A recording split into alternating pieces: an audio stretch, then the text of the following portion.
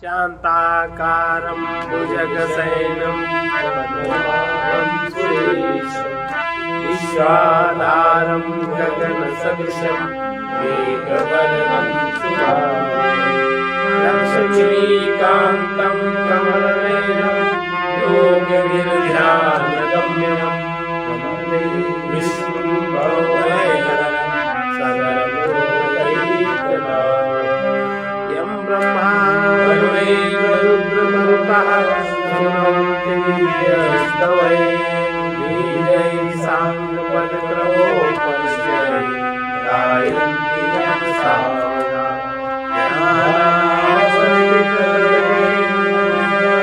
पश्यन्ति यमयोगिनो यस्यान्तं न विदुषुदासिनो देवाय तस्मै विभूषित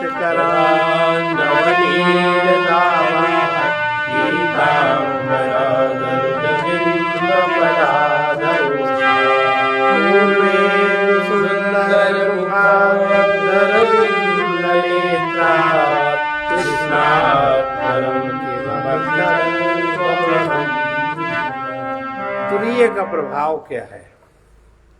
उसका ज्ञान होने पर द्वैत का अभाव हो जाता है। इसी अर्थ में श्लोक है, निवृत्ते सर्व दुःखानां ईशाना प्रभुरव्ययः अद्वैतः सर्वभावानां देवस्तुर्यो विभुस्मृतः। तुरीय आत्मा सब प्रकार के दुखों की निवृत्ति में ईशान प्रभु यानी समर्थ है। वो अविकारी है, सब पदार्थों का द्वैत रूप है, देव, तुरीय और व्यापक कहा जाता है। तुरीय आत्मा प्राज्ञ, तेजस और विश्व रूप समस्त दुखों की निवृत्ति में ईशान समर्थ है। ईशान का अर्थ है प्रभु, प्रभु का अर्थ है दुख निवृत्ति में समर्थ। जो व्यय विकार को प्राप्त नहीं होता, जो स्वरूप से कभी व्यभिचारित अलग नहीं होता और वो अद्वैत है। अन्य सब पदार्थ रज्जु में अधस्थ सर्प के समान मिथ्या है, इसलिए प्रकाशनशील होने के कारण वो देव, तुर्य यानी चतुर्थ, विभु यानी व्यापक कहा गया है। तुरीय का यथार्थ स्वरूप समझने के लिए विश्व आदि के सामान्य और विशेष भाव का निरूपण समझना चाहिए। विश्व और तेजस में तुरीय का भेद। विश्व माने जागृत अवस्था, तेजस माने स्वप्न अवस्था, सूक्ष्म शरीर। इससे तुरीय का अंतर क्या है? कार्य कारण बद्धौता विश्वेते विश्व तेजसौ प्राज्ञः कारण बद्धस्तु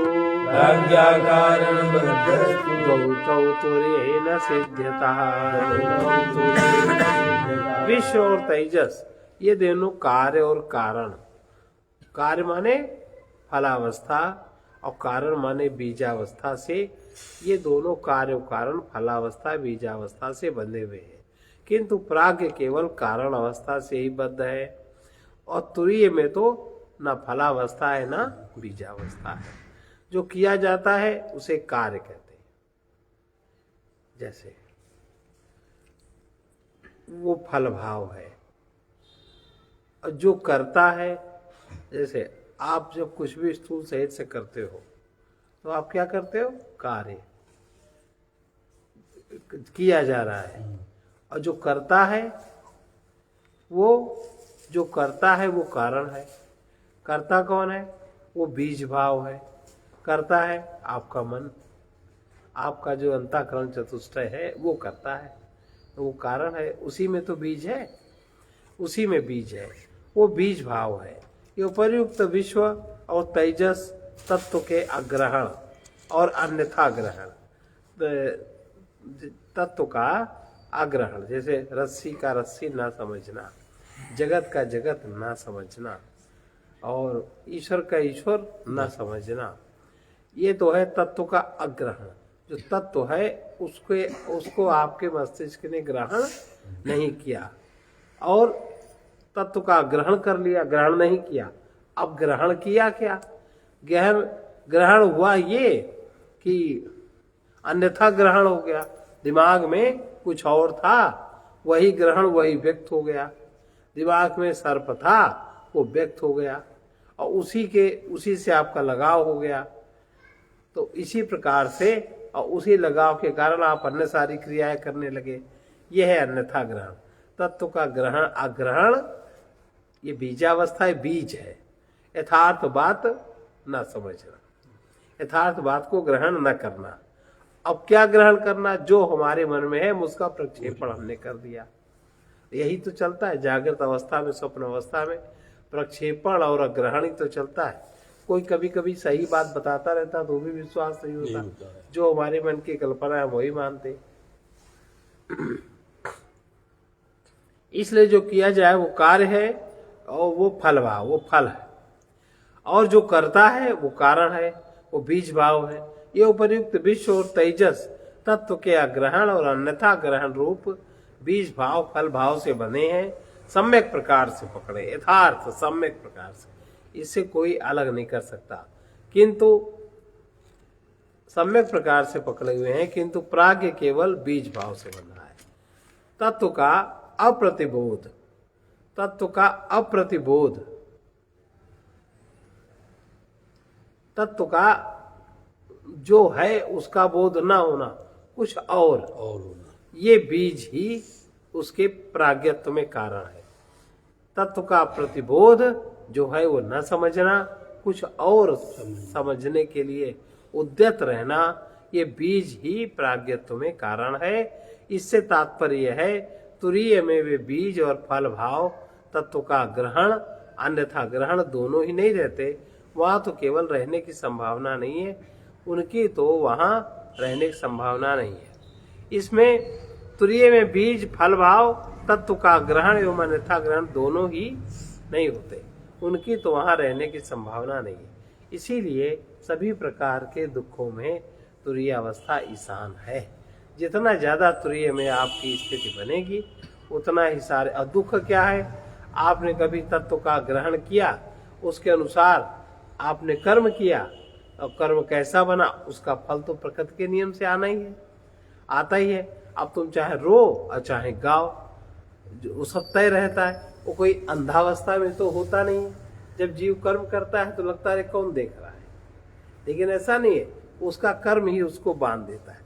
तुरीय अवस्था में इसके रहने की संभावना नहीं। किंतु प्राज्ञ से तुरीय का कितना भेद है? प्राज्ञ, किंतु प्राज्ञ कारणबद्धता प्राज्ञ की किस प्रकार है? क्या तुरीय में तत्वों का अग्रहण अन्यथा ग्रहण रूप बंधन कैसे नहीं है? इस पर बता रहे हैं। नात्मानं च परांश्चैव न सत्यं नापि चान्वितं प्राज्ञा किंचन संवेति तुर्यं तत्सर्वदृक् सदा। प्राज्ञ ना तो अपने को, न पराये को, न सत्य को, न अनृत को ही जानता है। सुषुप्ति अवस्था वाला व्यक्ति, और जो कुछ लोग सोए, सुषुप्त अवस्था वाला क्या, सामान्य जीव भी तो सुषुप्त अवस्था में है। मोह की निद्रा क्या है? सुषुप्ति है। मोह निद्रा ही तो है, क्योंकि मोह निद्रा में कभी कभी आप स्वप्न देखते हो, अक्सर तो मोह में ही आप झूमते रहते हो, कहाँ उससे जाग पाते। शरीर में आंखें आपकी जागती हैं। तो ये ना अपने को, ना पराये को, ना सत्य को, ना असत्य को नहीं जानता। किंतु वह जो तुरीय है वो सर्वदा सर्वदृक् है। तुरीय सर्वदा सर्वदृक् है। कैसे है? प्राज्ञ आत्मा से भिन्न विद्या रूप बीज से उत्पन्न हुए वही स्थित वेद पदार्थ के रूप में द्वैत को कुछ भी नहीं जानता। प्राज्ञ जैसा कि विश्व और तेजस उसे जानते हैं। विश्व और तेजस अपने से भिन्न जो वेद पदार्थ है उसके विषय में जानते हैं, और इसलिए वो अन्यथा ग्रहण के बीजभूत तत्व ग्रहण रूप अंधकार से बना रहता है। विश्व और तेजस उसे जानते हैं, इसी कारण वो अन्यथा ग्रहण कुछ का कुछ समझते हैं, उसी में वो प्रयास और क्रियाएं करते हैं।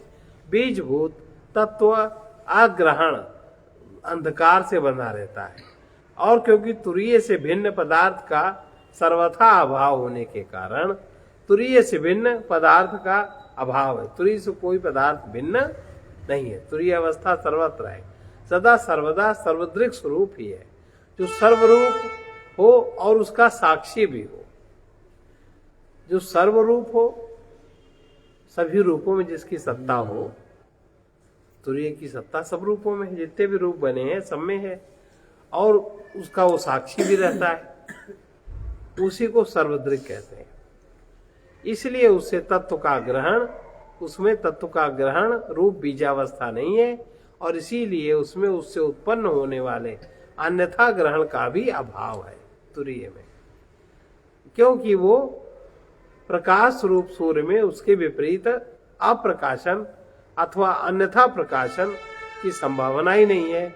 जैसा कि दृष्टा की दृष्टि का विपरिलोप नहीं होता, इस श्रुति से सिद्ध होता है। अर्थात जागृत एवं स्वप्न अवस्था के संपूर्ण भूतों में स्थित और समस्त पदार्थों के साक्षी रूप से तुरीय ही भासमान है, इसलिए वो सर्वदा सर्वसाक्षी है। जैसा कि इससे भिन्न और कोई दृष्टा, तुरीय अवस्था से भिन्न और कोई दृष्टा नहीं है, इस श्रुति से ऐसा प्रमाणित होता है। द्वैतस्याग्रहणं तुल्यं उभयो प्राज्ञ तुरीययो उभयो प्राज्ञ तुरीययो बीज निद्रायुतः प्राज्ञः सा चतुर्येन विद्यते द्वैतस्याग्रहणं तुल्यं उभयो प्राज्ञ तुर्ययो बीज निद्रायुतः प्राज्ञः सा चतुर्येन विद्यते। द्वैत का अग्रहण, द्वैत का अग्रहण तो प्राज्ञ और तुरीय दोनों में ही समान है। द्वैत को दोनों भी ग्रहण नहीं, और प्राज्ञ अवस्था में, सुषुप्ति अवस्था में जो प्राज्ञ है वो भी द्वैत का ग्रहण नहीं करता, और तुरीयावस्था में भी द्वैत का ग्रहण नहीं। ये दोनों चीजें एक समान है, किंतु प्राज्ञ बीज रूपा निद्रा से युक्त है। बीज रूपा माने अग्रहण, तत्व का अग्रहण उसमें रहता, तत्व को ग्रहण नहीं कर पाती तमोगुण के कारण, और तुरीया में वो निद्रा नहीं है। ये श्लोक निमित्तांतर से प्राप्त आशंका की निवृत्ति के लिए है।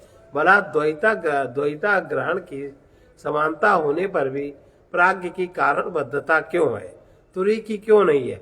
इस प्रकार प्राप्त हुई आशंका को ही निवृत्त किया जाता।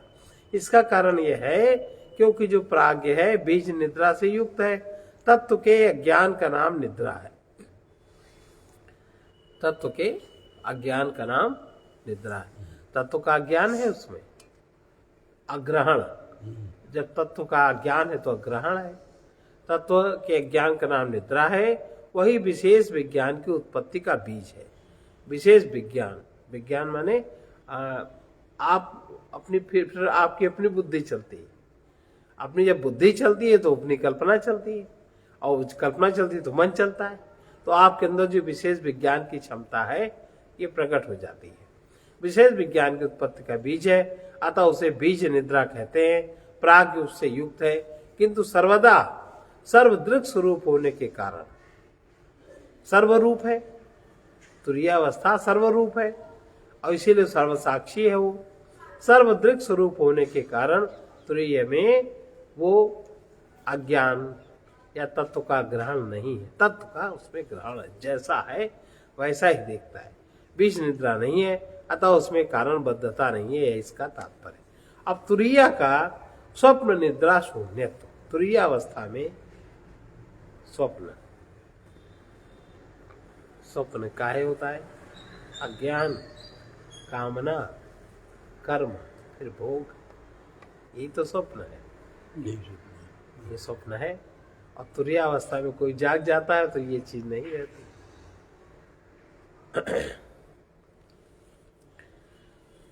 स्वप्न निद्रायुता वाद्यौ प्राज्ञस्त्वस्वप्निद्रया न निद्रां नैव च स्वप्नम् न निद्रां नैव च स्वप्नम् तुर्ये पश्यन्ति निश्चिता तुर्ये पश्यन्ति निश्चिता। विश्व और तेजस ये स्वप्न और निद्रा से युक्त हैं। अविद्या काम कर्म एवं संसारा ये स्वप्न निद्रा से युक्त हैं। और प्राज्ञ स्वप्न रहित निद्रा से युक्त है। प्राज्ञ की निद्रा में स्वप्न नहीं है, क्योंकि प्राज्ञ में केवल बीजावस्था है, स्वप्न माने फलावस्था।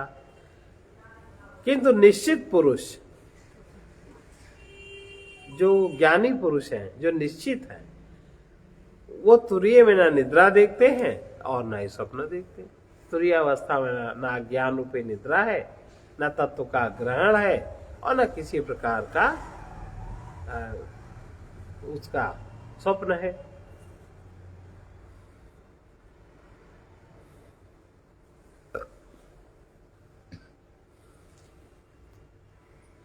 ना ग्रहण है और ना ही अन्यथा ग्रहण, दोनों बातें नहीं। रज्जु में सर्प ग्रहण के समान अन्यथा ग्रहण नाम स्वप्न है। रज्जु में, रस्सी में सर्प ग्रहण के समान अन्यथा ग्रहण स्वप्न है। रस्सी में सांप का अन्यथा ग्रहण है। तथा तत्व के अप्रतिबोध रूप तम को निद्रा कहते हैं। तत्व का प्रतिबोध न हो, अप्रतिबोध हो, उस तम को निद्रा कहते हैं। उन स्वप्न और निद्रा से युक्त, स्वप्न और निद्रा से युक्त विश्व और तेजस, ये दोनों से युक्त हैं। अतः वे कार्य कारणबद्ध कहे गए हैं। किंतु प्राज्ञ तो स्वप्न रहित केवल निद्रा से ही युक्त है, इसलिए उसे कारणबद्ध कहा गया है। निश्चित यानी जो ब्रह्मवेत्ता लोग हैं, निश्चित लोग हैं, वो तुरीय में दोनों ही बातें नहीं देखते। ना तो वो तत्व का ग्रहण देखते हैं और ना ही अन्यथा ग्रहण देखते हैं। वो तत्व को तत्व ही देखते हैं, क्योंकि सूर्य में अंधकार के समान वो उससे विरुद्ध है। अतः तुरीय का कार्य केवल कारण से बंधा हुआ नहीं है, ऐसा कहा जाता है। तुरीय कार्य अथवा कारण से बंधा हुआ नहीं है, ऐसा कहा जाता है। अब यह बतलाया जाता है कि मनुष्य तुरीय में कब निश्चित होता है। निश्चित माने कब जागृत होता है तुरीय में। अन्यथा ग्रहिता स्वप्नो, स्वप्नो निद्रा तत्त्वम जानता, निद्रा तत्त्वम जानता।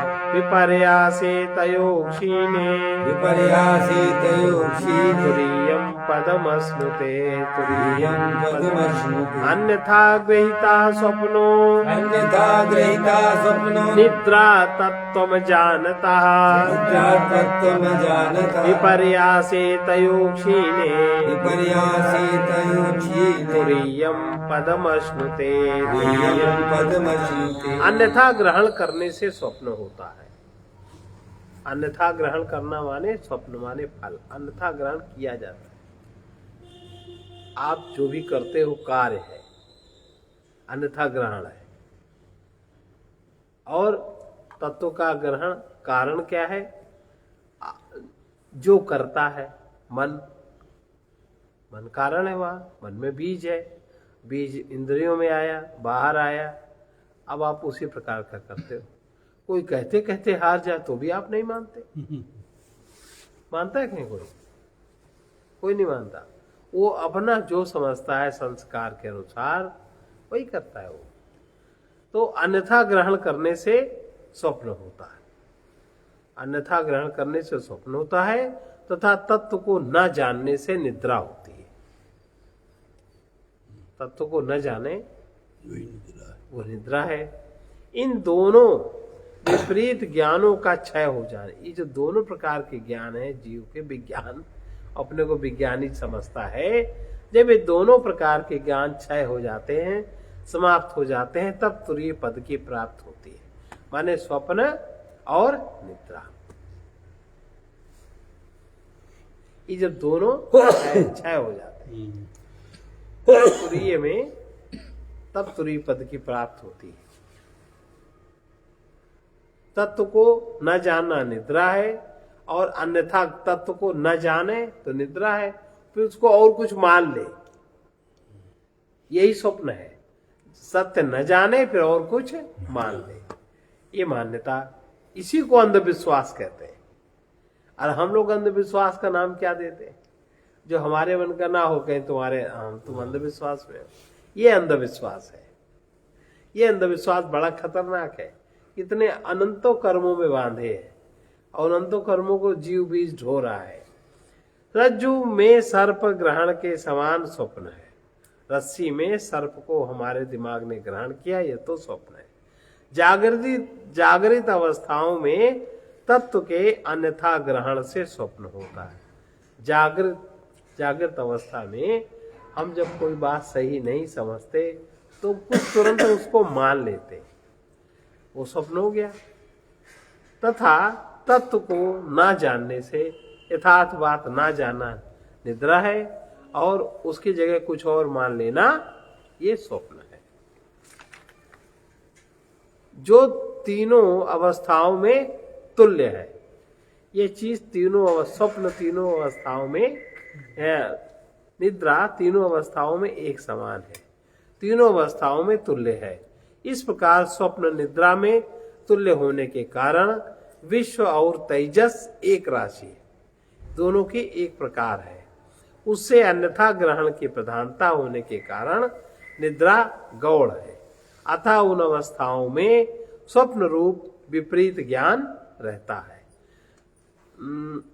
सही चीज हमने न जानी, ये तो है निद्रा। तत्व को न जानना निद्रा है, और उसकी जगह कुछ मान लेना, क्रिया करना, वो स्वप्न, अन्यथा ग्रहण। स्वप्न का विपरीत ज्ञान, अतः उन अवस्थाओं में स्वप्न रूप विपरीत ज्ञान रहता है। किंतु तृतीय स्थान जो सुषुप्ति में केवल तत्व अग्रहण रूप निद्रा ही विपर्यास है। तत्व का अग्रहण रूप निद्रा सुषुप्ति में रहती है। अतः उन कार्य कारण रूप स्थानों के अन्यथा ग्रहण और तत्व अग्रहण रूप विपर्यासों का परमार्थ तत्व के बोध से, जब परमार्थ तत्व का बोध जागृत होता है, तब जब ये दोनों चीजें क्षय हो जाती हैं। तत्व का न जानना माने अविद्या, और कुछ और मान लेना माने अन्यथा ग्रहण। जब ये तत्व ज्ञान से दोनों चीजें क्षय हो जाती हैं, तब तुरीय पद की प्राप्ति होती। कार्य कारण रूप स्थानों के अन्यथा ग्रहण और तत्व अग्रहण रूप विपर्यासों का परमार्थ तत्व के बोध से, परमार्थ तत्व के बोध से क्षय हो जाने पर तुरीय पद की प्राप्ति होती है। तब उस अवस्था में दोनों प्रकार का बंधन ना देखने से पुरुष तुरीय में निश्चित हो जाता है। ऐसा ही तात्पर्य है इसका। बोध कब होता है? अब वो बोध कब होता है? अब हम लोग जो बोध में प्रयत्न करना चाहिए वो तो नहीं करते,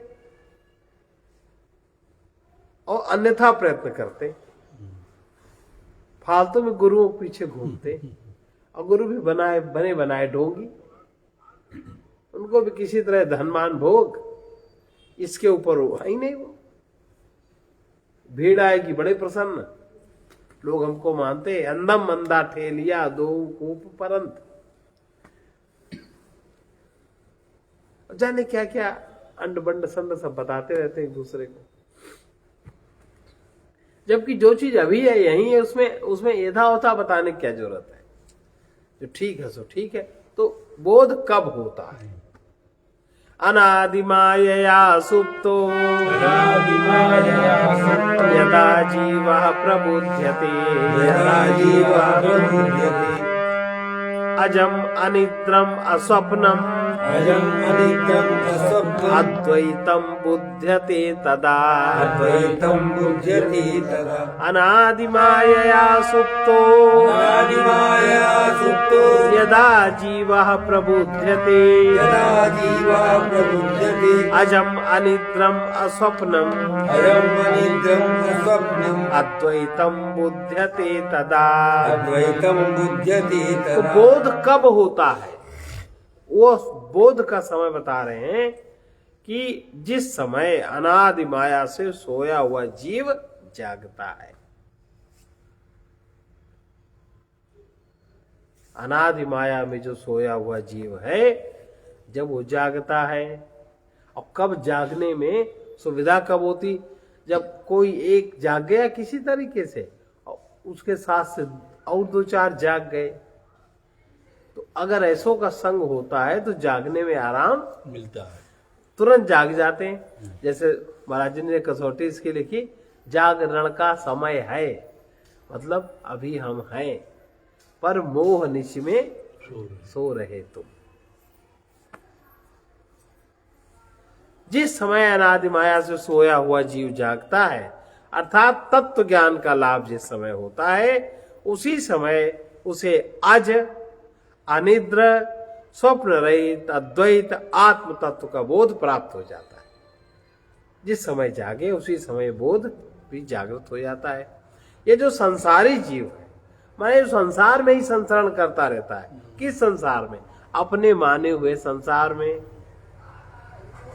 परमात्मा संसार में संसरण नहीं करता, अपने माने हुए संसार में संसरण करता रहता है। परमात्मा के संसार में अगर संसरण करे तो परमात्मा में जो यथार्थ ज्ञान विज्ञान हर चीज का चल रहा है, कब किस कर्म का भोग होना है, हम ये न चाहें, हम उस कर्म के विपरीत उसको कम करने की कोशिश करके जो आवे उसको, क्योंकि हमने किया है हमें भोगना, सहर्ष हम उसके विधान को स्वीकार करें, लेकिन हम नहीं करते। तो अपने माने हुए संसार में तो जी रहे हैं। तो जो ये संसारी जीव है वो तत्व अप्रतिबोध रूप, तत्व का अप्रतिबोध रूप, बीजात्मिका एवं अन्यथा ग्रहण रूप, अनादिकाल से प्रवृत्त माया रूप निद्रा के कारण स्वप्न और जागृत दोनों अवस्थाओं में यह मेरा पिता है, यह मेरा पुत्र है, ये नाती है, ये मेरा क्षेत्र है, ये मेरा घर, मेरे पर, जहां मैं और मेरा, मैं का हो गया अग्रहण, मैं हो गया अग्रहण, मैं कुछ है नहीं, और मेरा हो गया अन्यथा ग्रहण, मैं हो गया अविद्या और मेरा हो गया उसमें किया हुआ कार्य। मैं इनका स्वामी हूं तथा इनके कारण सुखी दुखी क्षीण वृद्धि को प्राप्त होता हूं इत्यादि इस प्रकार के स्वप्न देखता हुआ सो रहा है। ये स्वप्न है। फिर से देखिए, जो संसारी जीव है, संसार में जो संसरण करता है, अपने बनाए हुए संसार में जो संसरण करता है, वो तत्व अप्रतिबोध बीजात्मिका अन्यथा ग्रहण रूप अनादिकाल से प्रवृत्त माया रूप निद्रा के कारण स्वप्न और जागृत दोनों ही अवस्थाओं में यह मेरा पिता है, ये पुत्र है, ये नाती है, ये मेरे क्षेत्र गृह पशु, मैं इन सबका स्वामी हूँ, मैं इतना बड़ा आदमी हूँ, मेरे पास इतनी धन संपदा है, अपने इस तरह के अहंकार को बनाए हुए है और यथा योग्य जब जैसा कर्म करना चाहिए वैसा नहीं करता, अपने हिसाब से करता है ना, वो उसका स्वप्न है।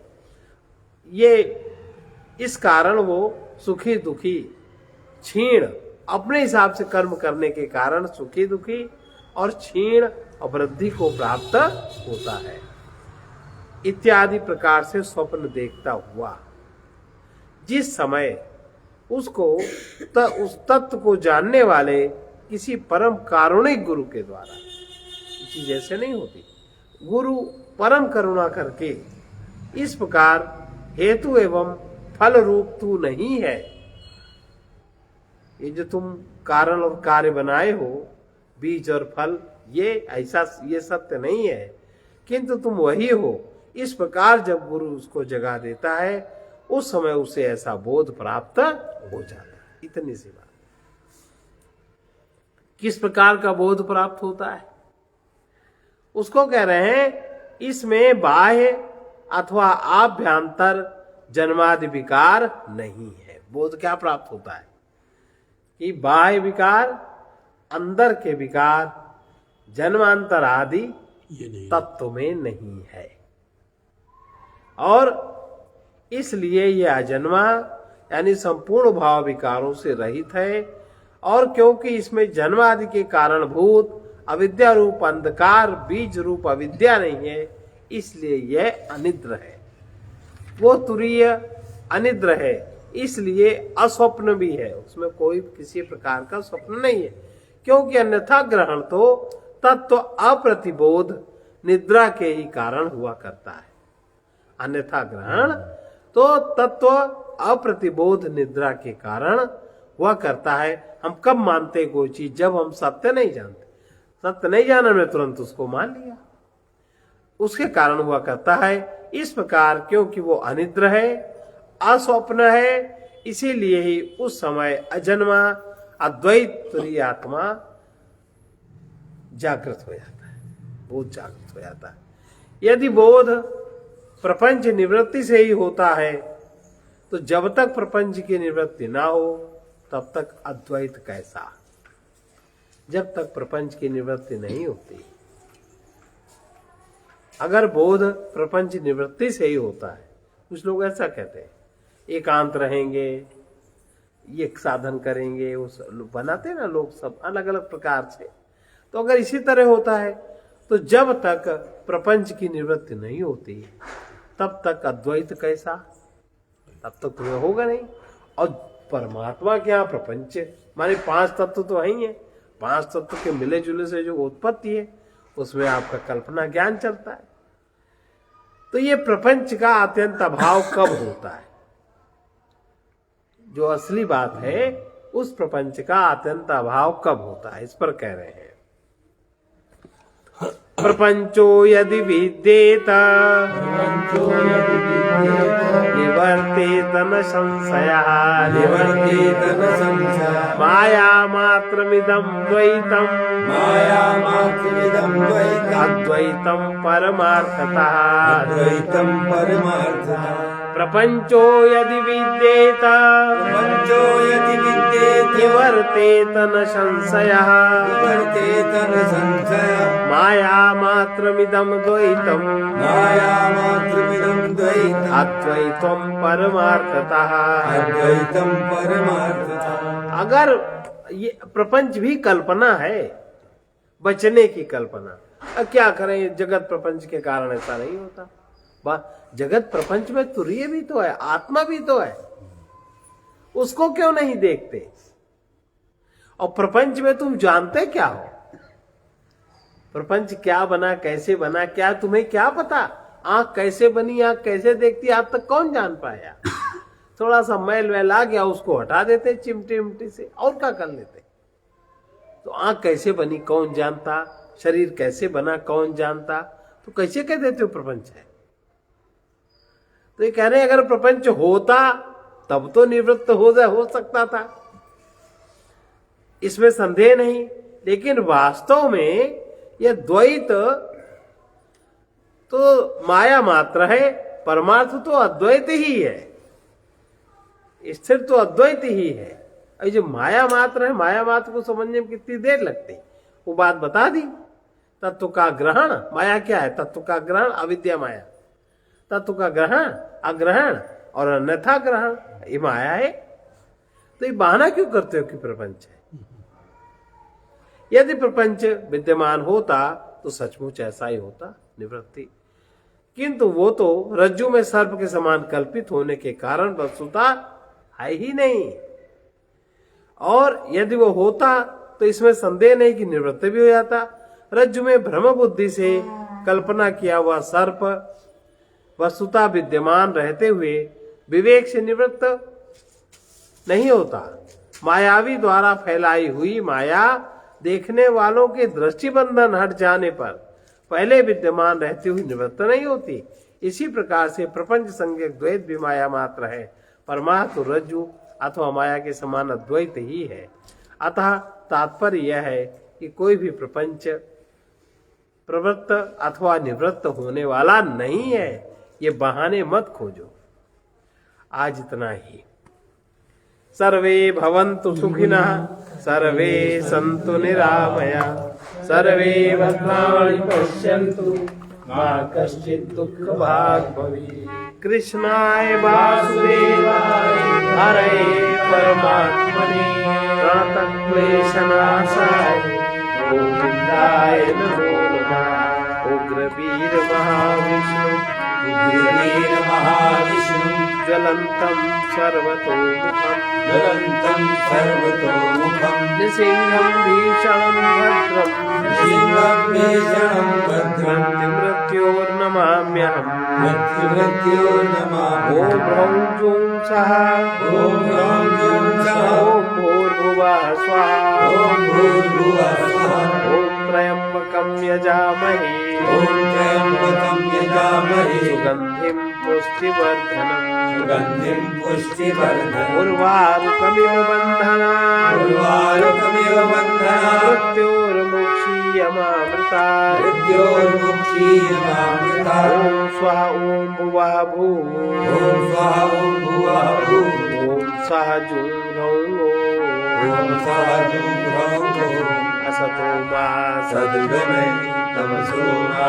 ज्योतिर्गमय मृत्युर्मामृतं गमय ॐ पूर्णमदः पूर्णमिदं पूर्णात् पूर्णमुदच्यते पूर्णस्य पूर्णमादाय पूर्णमेवावशिष्यते ॐ शान्ति शान्ति शान्ति